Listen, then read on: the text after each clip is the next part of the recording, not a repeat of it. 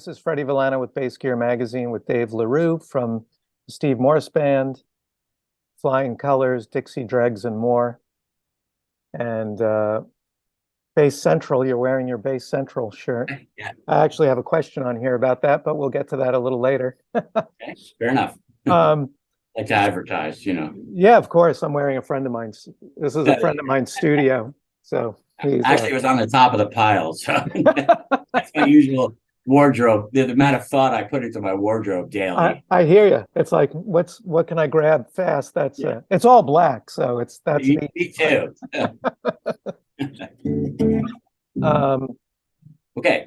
yeah. So you're talking about practicing. So actually, my first question was, what was it like getting back together after, such a lengthy hiatus, and refreshing your memory and your physical memory on the music?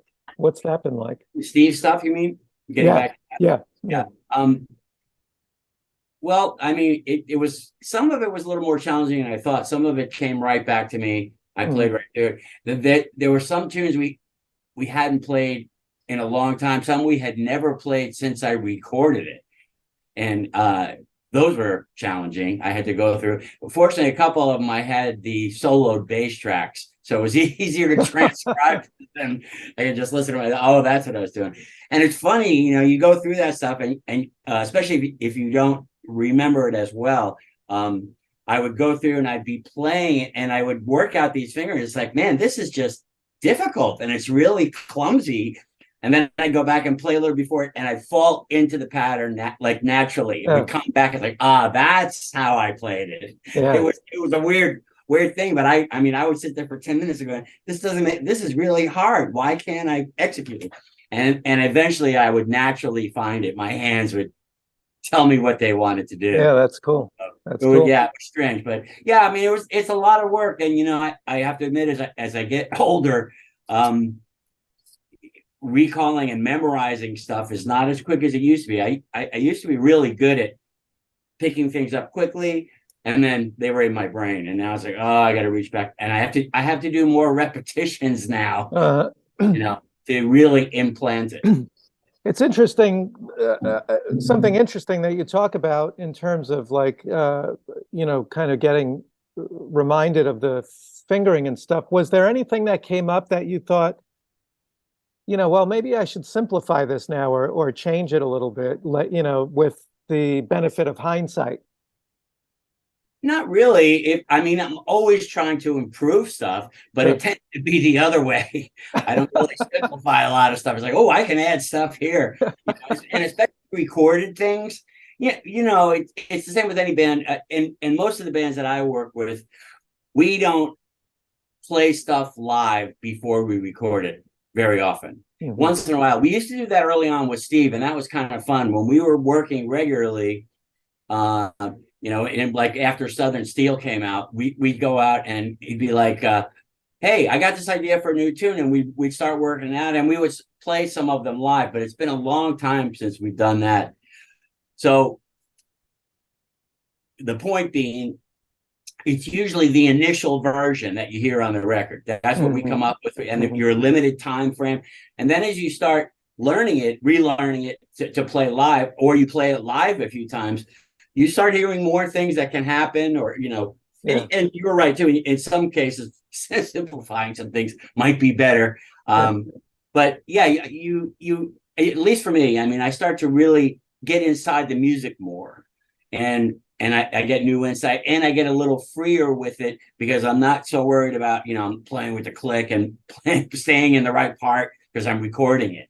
I have internalized it more, and now I'm freer and can start hearing other things. So yeah, things evolve. Yeah, it's kind of like records are made backwards. You should probably tour the material for a year and then go in the studio. But if you want to get the best version, I agree. I agree. Yeah. It was funny. I did Petrucci's album, I guess, in 21. His second one, Terminal Velocity. This barrage of, it was the COVID thing and nobody's playing. And finally he said, okay, I'm going to do the second album because we have nothing else to do. So this barrage of material shows up, and it's like, yeah, can you have this done in like 2-3 weeks? And it's like, ah! And that was not easy, and there's no charts or anything. So I had to go through the process of learning it first, and then figuring out what I was going to play on the record and going through all that. And then once we played live, of course, it all started to grow. Yeah. But yeah, when you're under the gun, it's like, okay, what works? Yeah, no doubt. Yeah. And also with him and with Steve as well, it's a lot of like, okay, I have to really work on just executing these parts, making sure I can play those. Yeah. But you're getting back to your original point. Yeah, it'd be nice to go out and play for a year and record the record. Yeah. I get it. I've been there. I'm there myself working on a project now. Oh yeah, I'm sure. Like what's gonna get me through the next few days? Yeah. What are you using for gear? I see you have your bongo bass. That's my main bass. I was part of the R&D team with Music Man on this bass, so of course it's my favorite. Although I don't know how much of that you can see, but there's a bunch of basses there that I use other than the bongo. Only when recording, though. I mean, I still love the Sterling bass. It's got a great slap sound. I use that. The thing that mainly springs to mind is Geronimo with Flying Colors, which is a big funk thing that we do. And I did that all on Sterling, and it just sounded great and so easy to record. And this has a decent slap sound, but I still, the luxury of recording at home is and let me try this other bass. So let me hook up this other amp. Let me try another microphone. I mean, just do it. And nobody's paying for it, like $150 an hour to experiment with microphones. Yeah. So I had a question about the bongo. So what was your can you talk about your involvement in terms of R&D with that? Yeah, Sterling Ball came to me and told me they were going to do a multi pickup bass. So this is a while ago. Obviously, they have many multi pickup basses now, but they were just all we had at that point were the Stingrays, and then he came out with the Sterling bass, which I really liked, and it opened up a lot of things. And that's when I went with Music Band and started working with them on that, or working with them in general. And then he approached me about this bass, and he asked me if I wanted to be involved, and I said, of course, yeah, that'd be great. So they flew me out to the studio, I think 3 times, or the factory. What am I saying? I'm in the studio. And we went through a lot of changes with it. It was great. They had a body with an empty cavity where they could pop pickups in and out. And we were working with the circuit boards, and we decided to go for the 4-way EQ. He asked me, do you want a 24 fret neck? And I said, absolutely. It's the only Music Man with a 24. So we went that way. And I helped, dial in the pickups, the circuit board, where all the EQ stuff is centered. I tried to make it more musical. A lot of the EQ I found on basses to be more noise than helpful. They weren't like, sometimes the low end is so low that it just adds boom, but you lose all the definition of the low end. The high end, especially basses with a low and a high, the high end is just finger noise enhancement. It's like that doesn't help me. I wanted it a little brighter, but so it has low and high, and then low mid and high mid, and I really like the way they all sound. I mean, low mid, I really like it. It warms the bass up, but I don't know if you can hear that. Can you hear that? No, I did not hear that. The harmonics not coming through? Yeah, no, it's funny. There we go. Yeah, there we go. Okay. So if I roll up, and if I do a part where there's a lot of harmonics, and I roll the low, that's just rolling up the low mid. That was not volume. Wow. But it really enhances those frequencies and it has the harmonics pop out. And so I guess it's centered more around 500 or a little below, and also is good for the Jocko thing. Yeah, sure. Yeah, that real mid-rangey kind of. That's another reason the harmonics come out. That's part of his sound. Yeah, no doubt. What else are you taking out on the road with you? For you Well, amp wise or? amp-wise, I'm using the stuff I've been using for years. The SVT4 Pro from Ampeg is my main amp, and I bring two of those in case, one for a spare, but I just run off one. That amp just sounds amazing, and it's very versatile. So I love having it. And then cabinet wise, I use two SVT 8x10 cabinets. Yeah. That's a friend of mine refers to those as the wheel. Yeah. the wheel of bass amps, it's like, yeah. And then I use a lot of effects. So I have a pedal board, which, unfortunately you can't see this on the floor. I have it down there because I'm practicing the tunes. We're playing some shows this weekend, and part of practicing a tune is making the changes. I know that. Yep. Yeah. Doing the dance as you're playing, switching presets, especially where I'm soloing or if there's a chordal part and I want, whatever sound I want to bring in. There's a lot of that. Yeah. It's fronted by an Ernie Ball volume pedal, of course. Okay. And I have a TC Electronic Polytune for my tuner. My main effects rig is the TC Electronics G system. Okay. Like it's a multi-effects unit, but you can program presets, so I can hit one button and 5 things change. Right on. Yeah, and there's cool loops, because even though they have an octave divider built into the G system, the old OC2, the Boss OC2, is the best tracking octave divider of all time. I mean, I still have that on my board, and they have loops that you can put those in and kick it in whenever you need it. It's not a separate outboard thing that I have to step on, so that's great. And two of the newer things I've used are some dark glass units. I really like the Hyperlumina compressor. Mm-hmm. It's really transparent. Great unit. Best floor compressor I've ever used. I mean, and it sounds better than some rack mount compressors as far as I'm concerned. I use it a lot now. And I have the B7K Ultra Distortion unit as well. Yeah. I'm familiar with their products. They do make great stuff. Yeah, it's great stuff. And a lot of it I started using because of the Petrucci record, and they wanted some stuff added. There's some distortion on the bass in some of the things, and then for the tour, I wanted to do that. And I went through a bunch of units and settled on the dark glass thing, and sounds great. I love it now. Yeah, that's cool. When you record at home, are you using Pro Tools, or what's your?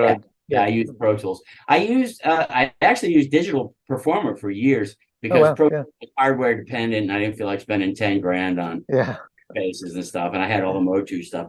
But finally, they went, they got away from that and allowed you to use other converters and stuff. And I switched immediately to Pro Tools because I do some producing. I used to do more, not so much now, but I'll go to different studios, and I wasn't fluid on Pro Tools. It was, the language was different, so it would hang me up. And a lot of times, you just want the engineer to get out of the way and and I couldn't do that. So because I didn't know it. So as soon as Pro Tools let me, I just shifted over. Yeah, cool. Yeah, cool. So for a month, everything was going really slow, but now I'm conversant in Pro Tools. So, yeah, I love it. Is there any difference in your approach, like to the instrument, and bass playing in particular, obviously, but how you approach your role given the situation or the band? Like, do you approach the Steve Morse band differently than Flying Colors versus your role with Petrucci and whatnot? Well, I'm pretty lucky. I work in bands that, and it's really all I want to do is work in bands that are somewhat progressive, where there's some instrumental muscle to it. But yes, I have to consider that, especially with Flying Colors more, because some of the stuff we do is just almost pop tunes, and and I start working on that in the studio, and that's a good example where I've tried a lot of stuff and just said, the simplest thing works best. this tune needs that and nothing more. Hmm. And I found that to happen quite a bit in Flying Colors. You know, you're dealing with a vocal band, and some of the tunes are different kinds of tunes than I would normally write or play with Steve or John. So yeah, different approaches needed. And I do a band with a friend of mine, Glenn Alexander, who lives up in New York, and that's kind of a blues based thing. It's more like the Dregs meet Stevie Ray Vaughan. It's not. I mean, it's still again. There's a lot of bass solos and unison lines and stuff. A lot of it is just straight ahead blues.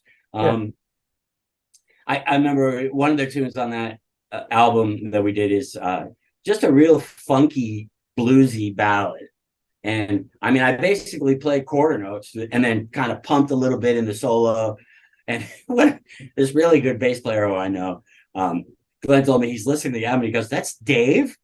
he couldn't believe that I just laid it down the whole song. So yeah, you have to consider that. And I mean, I like to think, although it's probably a degree thing, but that I can be pretty sensitive to what the song needs. You know, that I'm not worried about what I'm playing. I'm like, how does this sound, and does it make sense? Yeah. I kind of feel like the bass player's sort of code is to make sure everybody else sounds good. You know, Right. kind of like the thing that makes it all cohesive. Yeah, I also I like to go one step further and think about what can I do to make the tune better. Yeah. I mean, because, you know, again, with Flying Colors, maybe the first time I'm going through a tune or when we're writing, I mean, you know, I'm just trying to stay with the changes. And so starting with this, you start with the simplest thing possible just to kind of get through. Everybody's just trying to figure out parts and stuff. And then, you know, on further reflection, it's like, well, I can do more with this. And as I told you earlier, sometimes I do less, but other times I try to, you know, there's you can add melodies underneath. It's all a melody to me. If I'm pumping eighth notes, I'm singing the part. It's weird, but it's a bass mindset, you know. No, I get it. It's all melody to me. It's like, what music are you playing? You know. Okay, in this case, I'm playing straight eighth notes on A, but that's my song. No, I get it. I mean, the bass has a, you know, unique way of being able to elevate material because of the ground it occupies between rhythm and melody, you know. And right. So, exactly. Yeah.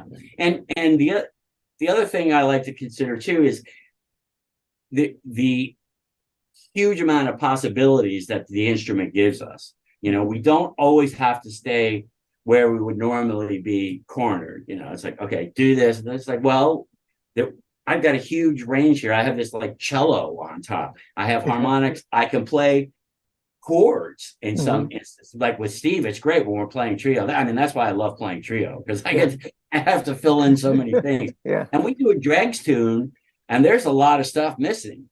So it's like, okay, I'll fill all that in. Okay. I like right on. So yeah, I mean, the bass can do a lot of things, you know. So I like to utilize that where musical. Do you guys foresee, you know, beyond this tour, is there any talk of doing another record? Or we just started talking about that, so I think I'm hoping that happens this year. That'd be great. That'd be really fun. Well, I mean, Steve and I were talking, and it's like, look, you know, once we do a few runs and we play, next thing is, if we want to do it again, we got to go out with a new product. You know, it'd be fun to just do a new record. When was the last time you guys were in the studio?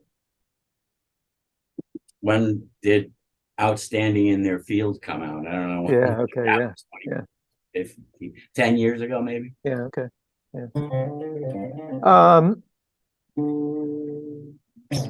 I wanted to ask you about, you know, is there any particular approach to your practicing, you know, and maintaining your skills outside of preparing for a tour or an album? Well, if I'm not working on material, you know, for something specific, there's always maintenance things that I have to do to just keep my chops up. And that's real, like my warm-up routine kind of is the same regardless. Like after we get off, I got to run the set today. Okay. And make sure I remember it all. But I went through it yesterday and it's good. But there's things that can be tightened up. But do you play along to tracks, or do you play it on your own, or do you do both? Both. Yeah. Both. I mean, certain parts I'll run by myself, and there's certain unison lines. There's this thing in Weekend Overdrive, this thing that starts the tune. It's just a ridiculously hard line that we play, and I'll do that because of the circumstances this week. I'll do that with the metronome slowly before I play it with the track, and then but once I've run a few things, I'll play with the tracks. I'll run through with the tracks. Yeah. So, cool. Yeah, and then the warm up thing is basically there's a couple just kind of musical physical exercise you do, and then I do a lot of modal stuff. I have a whole modal system thing that I'll run through and work on lines, and then I also try to spend a little time just improvising, and then I'll try to grab an idea and work with that. So every day I try to grab something new. I think yesterday I was working on let's use chromatics. So I was playing chromatic lines and trying to hear them and make them work musically.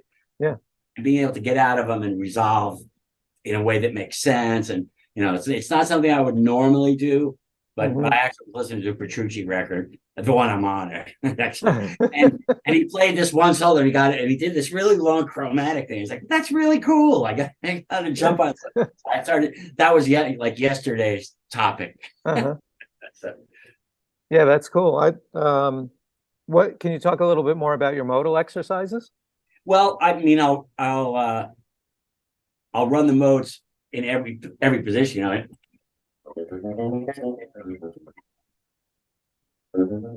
So this week or today, I'm going to play in the key of B all day. Now there's so many different things to run through that I usually limit it to one key a day. Some of my students, when they're more limited, I want them to play in every key. Yeah. But basically, it would take so much time to run through everything in every key. So I just pick one key a day and I do everything. I'll improvise in that key. And it may not that's B major, but I may do E Lydian. Okay, yeah. As opposed to the centering on B, but still in that key. And and I'll work on different kind of. Now I'm combining melodic sequences with groups of thirds and all that stuff. I'll do intervallic studies with everyone. Those are thirds, and all the way up to doing six. And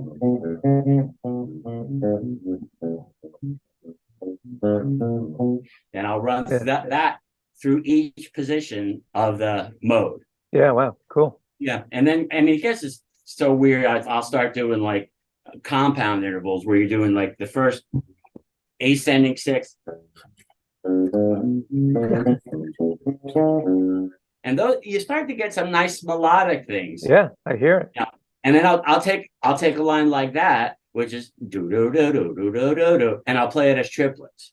So I have to learn to feel that in threes where the accent's changing in the group, and it's a weird enough group because when you practice something for 100 years and you're so used to going, I want to play that, and then to think in reverse. It takes a minute to reorient your brain, and then to play that and and make those triplets. So that's all. I just like to be free with those things. And another thing about bass is everybody plays scales. So I try to incorporate intervallic playing, more vertical playing into what I'm doing. Yeah, that's cool. Very cool. That's another thing I'll do a lot when I'm improvising in my practice session. I'll try to make sure I don't. We all all go through the. Okay, great. That's more interesting than, but not that much more interesting. Yeah.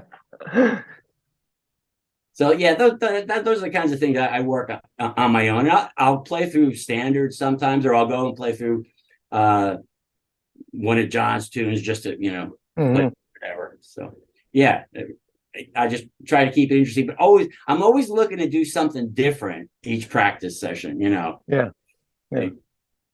That's cool. One last question. I started off you commenting on your Bas Central shirt. Bas Central's been around for a while, and has experienced a lot of changes in the industry with the internet and all of that stuff. And I was just wondering if,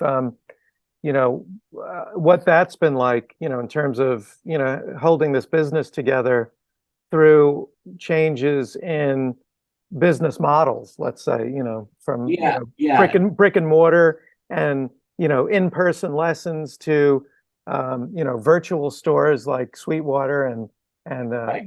everybody can find something on YouTube nowadays. So, Right, exactly. lessons Yeah. that must have changed as well. Yeah, the COVID period was actually kind of rough, but Bas Central is a good example. And Beaver Felton is the one who runs it and is responsible for staying abreast of what's happening and coming up with ideas and say, hey, let's do this.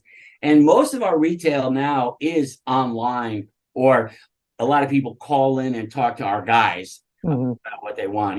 They won't just go on and buy a $10,000 base on scene without calling and bothering one of our guys with 10 questions about it. Sure. Mainly, what's the return policy? I mean, I don't know how you buy a base without playing it first. That concept is so strange to me, but I don't have to, because of my situation. I'm fortunate and I don't have to operate in that world. So I don't, it's like, whoa, I would never do that. And other people have been very successful. One of my students bought a great base on scene and it worked out for her really well. Yeah. Okay.